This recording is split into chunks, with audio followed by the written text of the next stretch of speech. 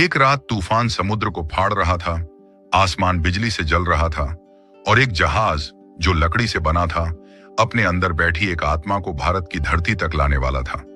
उस आत्मा का नाम था थॉमस और वो नहीं जानता था कि जिस जमीन पर उसका कदम पड़ेगा वहां उसका लहू बहेगा, लेकिन उसी लहू से उगेगा भारत का पहला चर्च। रोम से केरल तक एक रहस्यमयी यात्रा की शुरुआत। ये कहानी किसी आम इमारत की नहीं है, ये उस पहली आग की कहानी है जिसने भारत की आत्मा में प्रकाश फैलाया और शुरू हुआ भारत में ईसाई धर्म का सबसे बड़ा रहस्य। ये कहानी है भारत के पहले चर्च की।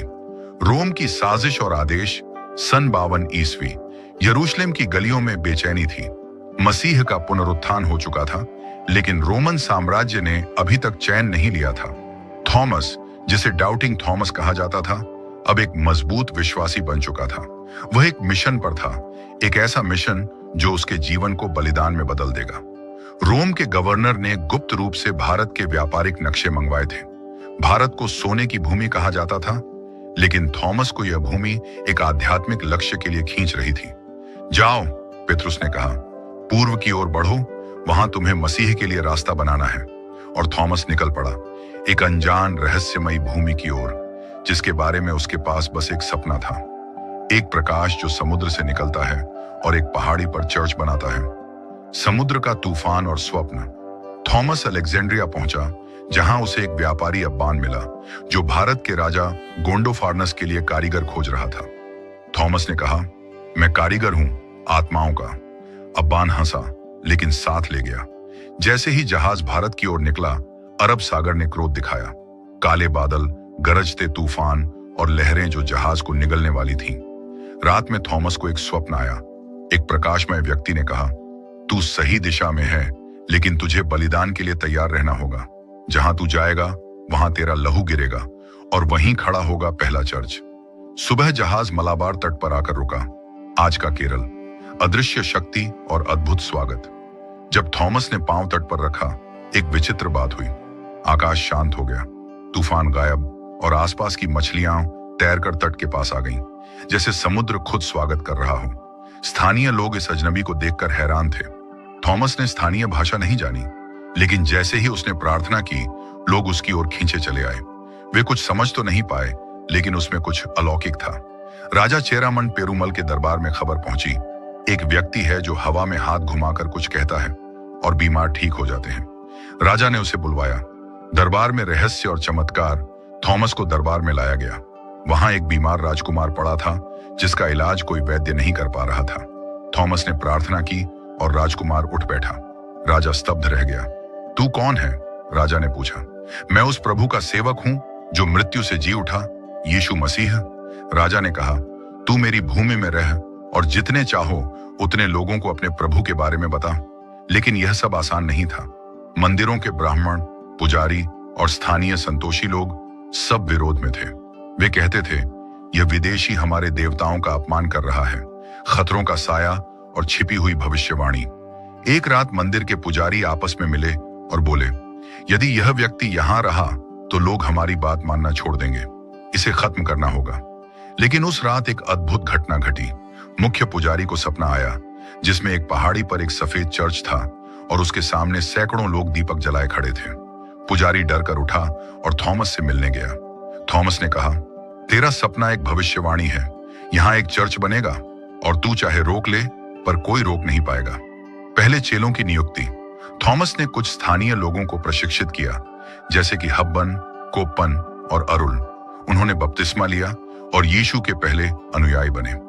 उन्होंने पहली प्रार्थना सभा समुद्र किनारे एक चट्टान पर की और वहीं उन्होंने एक लकड़ी का छोटा क्रॉस गाड़ा। यहीं से भारत में पहला चर्च बनना शुरू हुआ। रहस्यमयी पत्थर जो आज भी गवाही देता है। थॉमस ने एक चट्टान को चुना, जो बाद में सेंट थॉमस माउंट चिन्नामलाई के नाम से प्रसिद्ध हुआ। वहां उन्होंने कहा, यहां प्रभु का घर बनेगा। जब उन्होंने चट्टान पर खड़ा होकर प्रार्थना की, तो पत्थर पर उनके पांव का निशान खुद ब खुद उभर आया। आज भी वह निशान वहां मौजूद है। जैसे ही थॉमस ने पहला क्रॉस बनाया, आकाश में एक सफेद प्रकाश दिखाई दिया। कुछ देर के लिए पूरा क्षेत्र स्वर्णिम हो गया, लेकिन दूसरी ओर मंदिर के पुजारी एक साजिश रच रहे थे। एक पुजारी बोला, इसका अंत शुरू हो चुका है। अब देखो इसकी आस्था इसे कहां तक बचा पाती है। भाग 2, पग पग पर खतरा, विश्वास के लिए जीवन की बाजी। रात के अंधेरे में मंदिर की गुफा में एक दीपक जल रहा था। 4 साएं झुके हुए थे और एक फुसफुसाती आवाज ने कहा, उसे जिंदा मत छोड़ो, उसका खून इस जमीन पर बहना चाहिए। और दूसरी ओर समुद्र के किनारे थॉमस अपने शिष्यों के साथ घुटनों पर था, प्रार्थना में डूबा हुआ। उसे नहीं पता था कि अगली सुबह उसका जीवन बदलने वाला है और भारत का पहला चर्च एक युद्ध के मैदान में बदलने वाला है। क्रांति की चिंगारी, लोगों का बढ़ता विश्वास। थॉमस की सेवा शुरू हो चुकी थी। उसके शिष्य गांव-गांव जाकर यीशु का संदेश दे रहे थे। एक बार जब कोपन ने एक बीमार किसान के सिर पर हाथ रखा और उसके मुंह से निकला, यीशु के नाम में तू चंगा हो, तो वह आदमी सचमुच उठकर चलने लगा। यह दृश्य वहां खड़े सब लोगों की आंखों में एक प्रश्न छोड़ गया, क्या यह सच में ईश्वर का आदमी है? धीरे धीरे आसपास के गांवों में खबर फैलने लगी, एक विदेशी आया है जो बीमार ठीक करता है, जो जीवन की बात करता है और जो मरकर जी उठे हुए प्रभु की बात करता है। मंदिर का कोप, विरोध की शुरुआत। मंदिर के मुख्य पुजारी संपथाचार्य को जब पता चला कि गांवों में लोग मंदिरों से हटकर थॉमस के पास जा रहे हैं, तो उसने सभा बुलाई। अगर यह जारी रहा तो हमारे देवता अपमानित होंगे, लोग बलि देना बंद कर देंगे, दान बंद कर देंगे। यह विदेशी हमारी संस्कृति को नष्ट करने आया है। फैसला हुआ, या तो वह मंदिर में आकर हमारे देवताओं के सामने शीश झुकाए या फिर उसका रास्ता यहीं बंद कर दिया जाए। पहला सामना। जब थॉमस को बुलाया गया, एक दिन थॉमस के पास संदेश आया, मुख्य पुजारी तुझसे मिलना चाहता है, मंदिर आ जा। शिष्यों ने मना किया, लेकिन थॉमस ने कहा, अगर प्रभु की योजना में मेरी मृत्यु भी हो तो मैं डरूंगा नहीं। मंदिर में पहुंचने पर उसे एक सुनसान कमरे में ले जाया गया। वहां पुजारी बोले, अगर तू सच में ईश्वर का आदमी है तो हमें साबित कर, इस मूर्ति के सामने झुक जा और देख तेरी जान बचती है या नहीं। थॉमस ने कहा, मेरे प्रभु जीवित हैं, ये पत्थर हैं, मैं पत्थर के सामने सिर नहीं झुकाता। इतना कहना था कि पुजारियों ने उसे बंदी बना लिया। अद्भुत चमत्कार। जब मूर्ति टूट गई, थॉमस को मंदिर के गर्भगृह में ले जाया गया। वहां शिव की एक प्राचीन मूर्ति थी। पुजारी बोले, तू प्रार्थना कर और अगर तेरे प्रभु सच्चे हैं तो कुछ दिखा, वरना यहीं तेरी बलि होगी। थॉमस घुटनों पर बैठा और प्रार्थना करने लगा, हे यीशु, जो सच्चे और जीवित प्रभु हो, तू अपनी महिमा दिखा। अचानक गर्भगृह में भूकंप सा कंपन हुआ और उस मूर्ति में एक दरार आ गई। फिर पत्थर की मूर्ति चटक कर गिर पड़ी।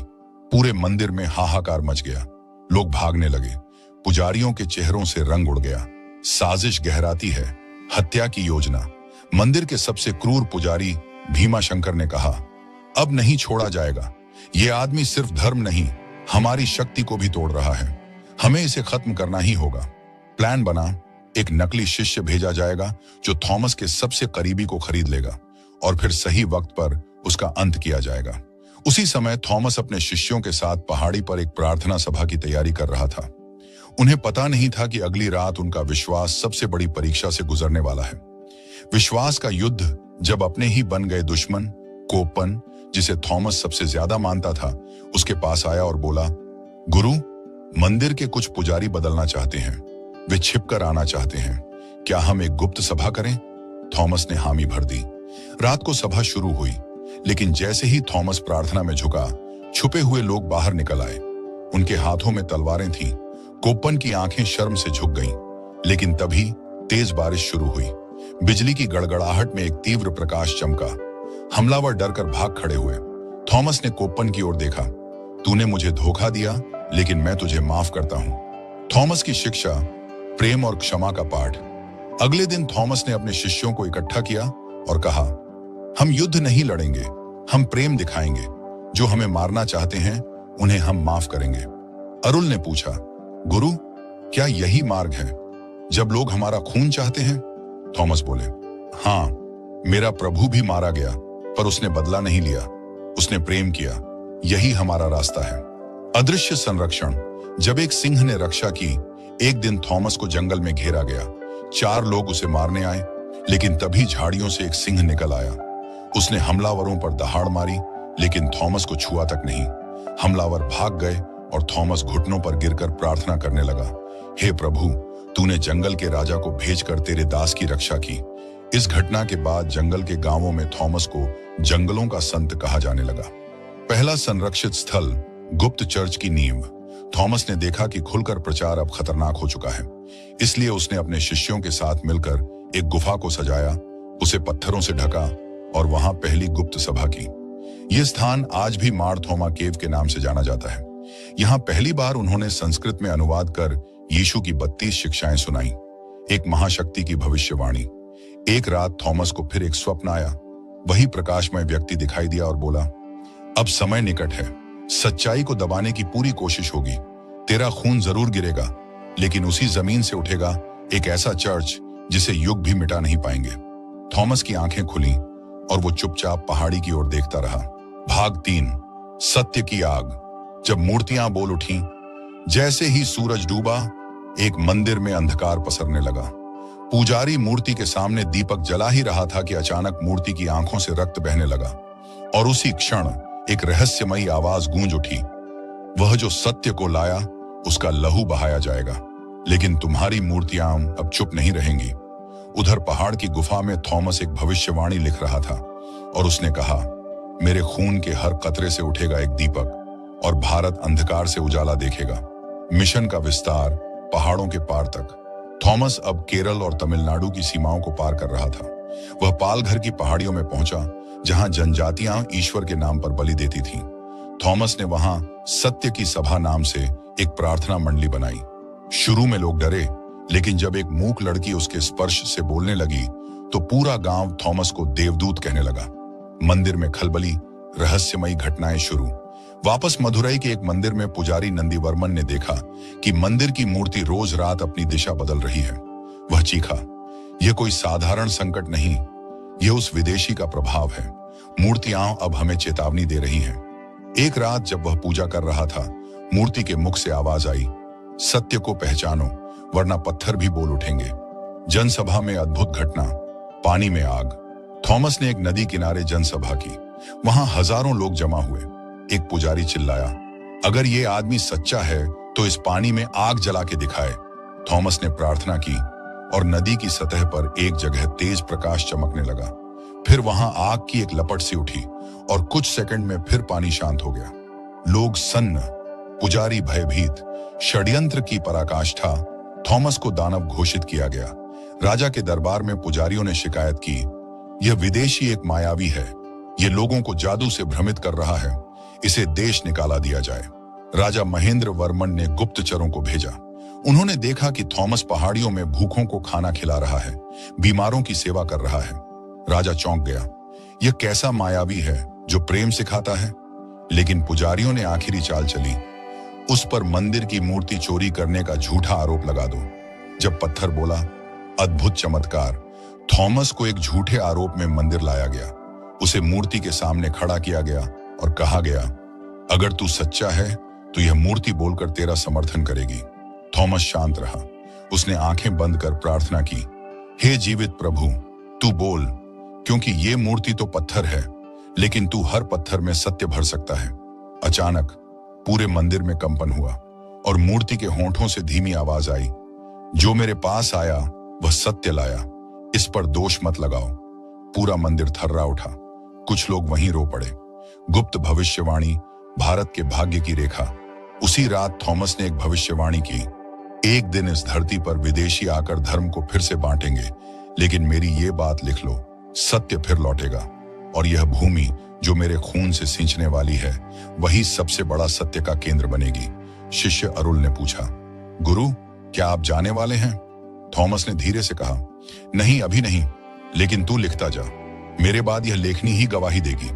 सत्य की यात्रा, एक लुप्त जाति का उद्धार। थॉमस एक ऐसे गांव पहुंचा जिसे लोग शापित क्षेत्र कहते थे। वहां लोगों को कुष्ठ रोग था। सदियों से कोई साधु वहां नहीं गया।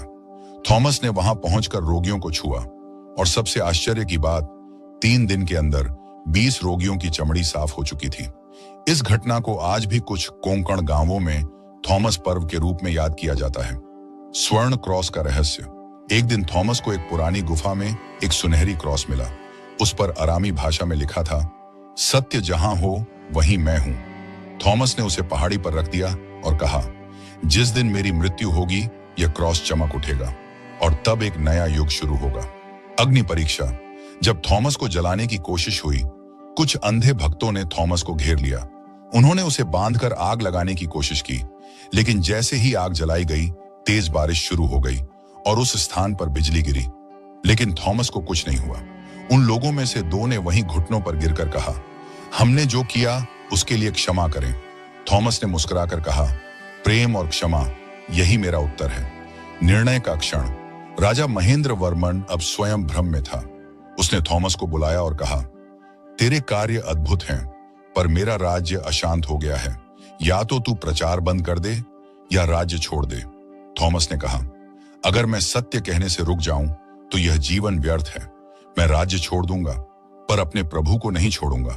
उसने अपना बस्ता उठाया और समुद्र की ओर निकल पड़ा, और उसी समय उस स्वर्ण क्रॉस से तेज प्रकाश फूटा और एक साया उस पर गिरा। किसी ने दूर से देखा, वो शायद कोई पुजारी था जो अब थॉमस का शिष्य बन चुका था। भाग 4। शहीद का आखिरी संदेश और चर्च का जन्म खून से। समुद्र की लहरों से टकराता एक थका हुआ पांव, हाथ में एक लकड़ी का क्रॉस और आंखों में वो चमक जो मौत को भी जीवन में बदल दे। थॉमस अब भारत के दक्षिणी छोर पर खड़ा था, पर उसे नहीं पता था कि जिस जमीन पर वह अब खड़ा है, वहीं कुछ दिनों में उसका लहू गिरेगा और वहीं से उठेगा पहला चर्च। एक चर्च जो ईंटों से नहीं, एक शहीद की आत्मा से बना होगा। अंतिम मिशन महांदी का रहस्य। थॉमस अब चेन्नई, पुराना नाम माइलापुर की ओर बढ़ा। यह एक समुद्र तटीय गांव था जहां नाविक, व्यापारी और मूर्ति उपासक रहते थे। यहां एक मंदिर था, कपालेश्वर मंदिर, जो मानव बलि के लिए कुख्यात था। थॉमस को खबर मिली कि एक छोटी बच्ची को बलि चढ़ाया जाना है। वह तुरंत मंदिर पहुंचा। बलि का दृश्य जब समय रुक गया, मंदिर के अंदर बच्ची को बांध दिया गया था। पुजारी तलवार उठाए खड़ा था। हजारों लोग देख रहे थे जैसे यह कोई उत्सव हो। तभी भीड़ को चीरता हुआ थॉमस भीतर आया। थॉमस, रुको, जीवन बलिदान नहीं मांगता, प्रेम मांगता है। पुजारी, तू फिर आया? क्या तू मृत्यु से नहीं डरता? थॉमस ने बच्ची को छुड़ाया। पुजारी ने तलवार उसकी ओर फेंकी, लेकिन तलवार हवा में थम गई, जैसे किसी अदृश्य शक्ति ने रोक लिया हो। लोग डर गए। भूकंप और भविष्यवाणी, धरती कांप उठी। उस रात माइलापुर में हल्का भूकंप आया। लोगों ने देखा कि मंदिर की मूर्ति टूट गई और अंदर से एक सफेद कबूतर उड़ गया। थॉमस ने कहा, प्रभु कहता है, यहां सत्य का मंदिर बनेगा, नाश होकर फिर निर्माण होगा। जहां खून गिरेगा वहीं अमृता उपजेगी। यह उसकी भविष्यवाणी थी, जो इतिहास बनने वाली थी। गुप्त शत्रु, राजा के पुत्र की साजिश। राजकुमार नरसिंह थॉमस से नफरत करता था। वह कहता था, यह विदेशी हमारी परंपरा मिटा देगा। उसने योजना बनाई, उसे मारकर समुद्र में फेंक दो, लेकिन ऐसे कि कोई जाने नहीं। 4 सैनिकों को नियुक्त किया गया। अंतिम प्रार्थना पहाड़ी की चोटी पर। थॉमस हर सुबह एक पहाड़ी, आज का सेंट थॉमस माउंट, पर प्रार्थना करता था। एक दिन जब वह आंखें बंद कर प्रार्थना कर रहा था, पीछे से 4 सैनिकों ने उस पर भालों से वार किया। पहला भाला उसकी पीठ में लगा, दूसरा भाला उसके सीने के पास। लेकिन थॉमस का चेहरा शांत था। वह कह रहा था, हे प्रभु, इन्हें क्षमा कर, ये नहीं जानते कि ये क्या कर रहे हैं। उसकी सांसें धीमी होने लगी, पर होंठों पर अंतिम शब्द थे, अब समय है चर्च के जन्म का। चमत्कार, लहू से बना क्रॉस। थॉमस का शरीर वहीं गिरा। जहां उसका खून गिरा, वहां मिट्टी लाल नहीं, सुनहरी हो गई। शिष्य अरुल और कुछ मछुआरे वहां पहुंचे। उन्होंने देखा कि थॉमस के खून से एक स्वर्णिम क्रॉस आकार लेने लगा। अरुल ने वह मिट्टी समेटी और कहा, यही हमारी नींव होगी, यही पहला चर्च बनेगा। पहला चर्च खून, पत्थर और प्रार्थना से। अरुल और अन्य शिष्यों ने मिलकर वहीं एक छोटा प्रार्थना गृह बनाया, जिसमें कोई मूर्ति नहीं थी, बस एक लकड़ी का क्रॉस और एक दीपक। उन्होंने उस स्थान को कहा, मरण पोकू, जहां मृत्यु जीवन देती है। यही आज सेंट थॉमस माउंट है। यह भारत का पहला चर्च बना। कोई घंटा घर नहीं, कोई भव्यता नहीं, बस एक कहानी, एक बलिदान और एक परम सत्य। सत्य की लौ फैलती गई। थॉमस की मृत्यु से पहले जो बीज बोया गया था, वह अब वृक्ष बन रहा था। मलयाली लोगों ने अपने बच्चों के नाम थोमा रखे। मछुआरे उसे समुद्र का संत कहने लगे। व्यापारी उसके कथनों को ताड़पत्रों पर लिखने लगे। एक लहर उठी जो केरल से शुरू होकर भारत के कोने कोने तक फैलने लगी। राजकुमार की सजा जब न्याय हुआ, नृसिंह को अचानक चेचक हो गई। उसने पुजारी से कहा, मुझे बचाओ। पुजारी ने उत्तर दिया, तूने जिसे मारा उसी से अब बचाव की उम्मीद रखता है? नृसिंह ने रोते हुए कहा, मुझे थॉमस के चर्च ले चलो। अरुल ने उसे क्षमा किया और उस पर तेल लगाया। चमत्कार, अगले दिन वह ठीक हो गया। उसने राज्य के उत्तराधिकारी बनने से इनकार कर दिया और यायावर बन गया। जब स्वर्ण क्रॉस फिर चमका, 20 वर्षों बाद एक रोम से आया यात्री फादर पेनक्राटियस भारत पहुंचा। उसने अरुल से थॉमस की कथा सुनी। वह उस स्थान पर पहुंचा जहां थॉमस की समाधि थी।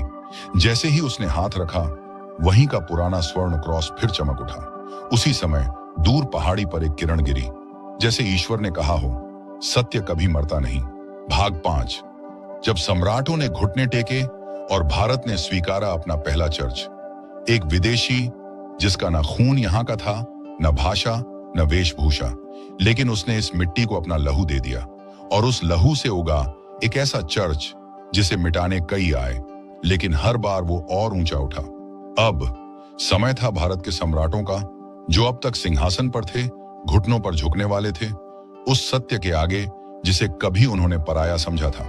सम्राट महेंद्र वर्मन, अहंकार से परिवर्तन तक। 7वीं सदी की शुरुआत में कांचीपुरम पर एक महान सम्राट राज करता था, महेंद्र वर्मन पल्लव, जो कला, वास्तुकला और ब्राह्मण परंपराओं का संरक्षक था। उसे खबर मिली, मायलापुर में एक चर्च बन गया है जो मंदिरों के पास भीड़ खींच रहा है। वह क्रोधित हुआ, उस चर्च को गिरा दो, ये विदेशी धर्म हमें खा जाएगा। सैनिक भेजे गए, लेकिन जब वे चर्च पहुंचे, मिट्टी का बना छोटा घर जिसमें बस प्रार्थना हो रही थी। सैनिकों की वापसी, अकल्पनीय परिवर्तन। वे सैनिक लौटे, लेकिन चर्च को न तोड़ सके। क्यों? क्योंकि जैसे ही वे चर्च के पास पहुंचे, एक अद्भुत शांति ने उन्हें घेर लिया। किसी ने बांसुरी बजाई? नहीं, कोई नहीं था, पर वह ध्वनि उनके भीतर कुछ बदल गई। एक सैनिक ने कहा, राजन, वहां कोई जादू नहीं, बस सच्चा प्रेम है। सम्राट का संवाद चर्च के दरवाजे पर। सम्राट खुद मायलापुर पहुंचा। उसने चर्च में प्रवेश किया। वहां एक वृद्ध व्यक्ति प्रार्थना कर रहा था। अरुल, महेंद्र वर्मन ने कहा, तुम क्या जादू करते हो? लोग तुम्हारे पीछे क्यों हैं? अरुल ने शांतिपूर्वक कहा, हम जादू नहीं करते, हम सत्य सुनाते हैं। हम बताना चाहते हैं कि एक ईश्वर है जो राजा को भी माफ कर सकता है। महेंद्र वर्मन सन्न रह गया। थॉमस की अस्थियां जो जलती नहीं। सम्राट ने कहा, अगर ये धर्म सच्चा है तो तुम्हारे संत का शरीर कहाँ है? अरुल उसे उस स्थान पर ले गया जहां थॉमस को दफनाया गया था। मिट्टी हटाई गई, अस्थियां निकाली गईं। सम्राट ने आग लगवाने का आदेश दिया। अगर ये पवित्र है तो जलना नहीं चाहिए, लेकिन अस्थियां जलती नहीं, बल्कि अंगारों के बीच से एक रोशनी उठी और एक कबूतर उड़ गया। सम्राट कांप उठा। सम्राट का निर्णय, राजा घ्या का जन्म। महेंद्र वर्मन ने उसी दिन घोषणा की, अब यह चर्च एक संरक्षित स्थल होगा। यहाँ कोई तोड़फोड़ नहीं करेगा और जो शांति चाहे वह यहाँ आए। भारत के इतिहास में पहली बार एक हिंदू सम्राट ने एक चर्च को मान्यता दी थी। चर्च का पुनर्निर्माण, पहली ईंटें इतिहास बनी। अब चर्च को एक संरचना मिली, बांस और लकड़ी से बना, दीवारों पर ताड़पत्र की शिक्षाएं। अरुल ने उसमें एक कोना बनवाया जहां थॉमस की अस्थियां रखी गईं। चर्च का नाम रखा गया बेथ थोमा, थॉमस का घर। विदेशी आगंतुक, जब रोम भी झुक गया। कुछ वर्षों बाद रोम से एक प्रतिनिधि मंडल भारत आया, जिसमें एक वरिष्ठ पादरी फादर एलियास थे। उन्होंने चर्च देखा, थॉमस की कब्र पर प्रार्थना की और रोम में लिख भेजा, भारत में ईसाई धर्म फल रहा है। यह थॉमस की भूमि है, यह भूमि पवित्र है। चमत्कारिक जल, जब विश्वास बहता है। चर्च के पास एक कुआं था जिसे थॉमस ने खुद खोदा था। अब उसके पानी से चमत्कार होने लगे। एक अंधा बच्चा देख सका, कुष्ठ रोगी ठीक हुआ। जल को कहा गया थॉमस लिविंग वाटर। लोग हर दिशा से आने लगे, न सिर्फ ईसाई बल्कि हिंदू, मुस्लिम, जैन, बौद्ध भी। वह रात जब थॉमस लौटे, अरुल की मृत्यु के कुछ महीने पहले, एक रात उसे एक स्वप्न आया। थॉमस खड़े थे, उनके हाथ में वही क्रॉस और मुस्कान वही। थॉमस, अरुल, तूने मेरी कहानी को जीवित रखा। अब इस चर्च को तू छोड़, प्रभु के पास आ। अरुल ने अगले दिन सबको बुलाया, चर्च के दरवाजे खोले और वहीं बैठकर कहा, अब मेरा समय है, मैं उसके पास जा रहा हूं। वह शांति से स्वर्ग सिधार गया।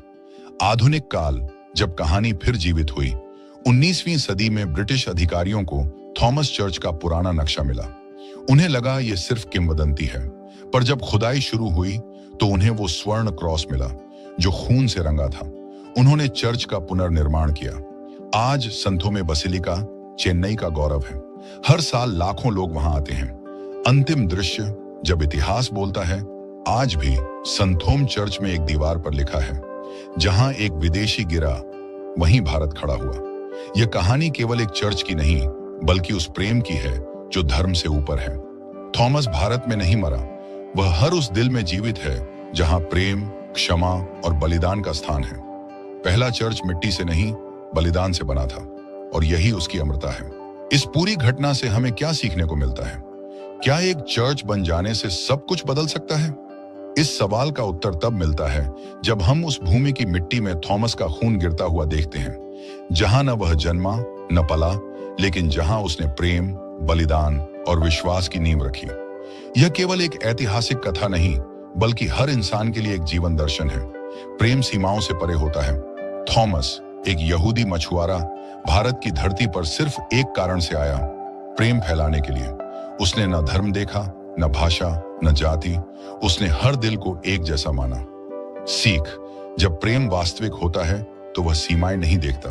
हमें भी समाज, जाति, धर्म या भाषा की सीमाओं को तोड़कर प्रेम करना चाहिए। सत्य का मार्ग कठिन परंतु विजयी होता है। थॉमस को कई बार सताया गया, उस पर हमला हुआ, विरोध हुआ, लेकिन वह डिगा नहीं। आखिरकार उसकी हत्या कर दी गई, लेकिन वह मरकर भी अमर हो गया। सीख, सत्य का मार्ग आसान नहीं होता। हमें सच्चाई और अच्छाई के लिए संघर्ष करना चाहिए, चाहे वह रास्ता कितना भी कठिन क्यों ना हो। बलिदान केवल मृत्यु नहीं, परिवर्तन की चिंगारी होता है। थॉमस की मृत्यु से चर्च मिटा नहीं, बल्कि उसका बीज हर दिल में बोया गया। अरुल, एक युवा भारतीय, उसका उत्तराधिकारी बना। सीख, जब कोई सच्चे उद्देश्य के लिए बलिदान देता है, उसका प्रभाव पीढ़ियों तक रहता है। हमें अपने जीवन को सिर्फ अपने लिए नहीं, बल्कि दूसरों के कल्याण के लिए समर्पित करना चाहिए। संवाद और करुणा धर्म परिवर्तन नहीं, दिल परिवर्तन का माध्यम।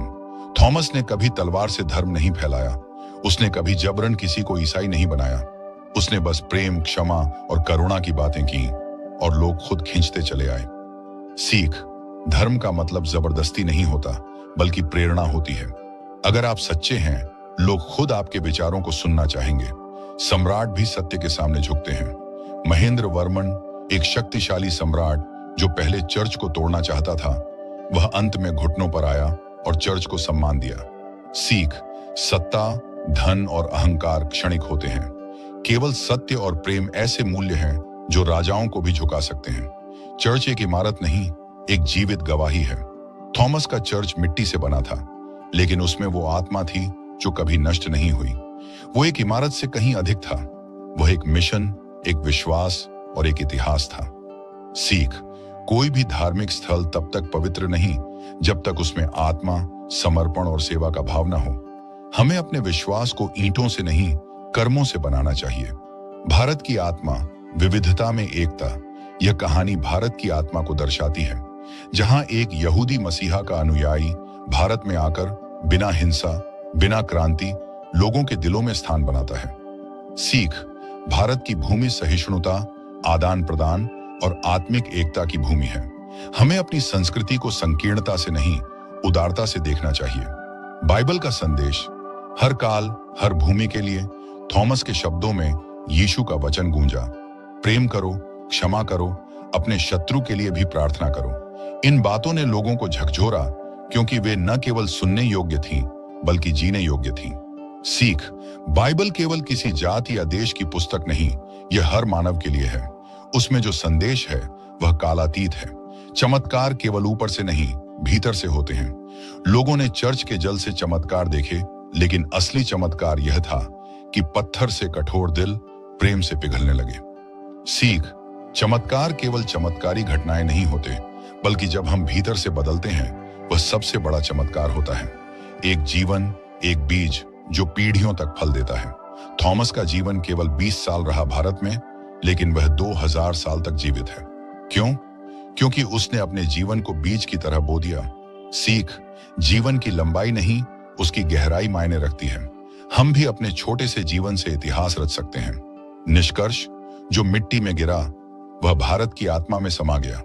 आज संथोम चर्च केवल एक दर्शनीय स्थल नहीं है, वह गवाही है कि जब एक मनुष्य प्रेम, विश्वास और साहस से खड़ा होता है तो वह पूरी सभ्यता को बदल सकता है। पहला चर्च केवल ईंटों से नहीं बल्कि एक टूटे हुए इंसान के समर्पण से बना था, और यही उसकी शक्ति है जो आज भी हमें सिखाती है कि अगर एक थॉमस इस धरती पर इतिहास लिख सकता है तो हम भी अपने जीवन में नया अध्याय जोड़ सकते हैं।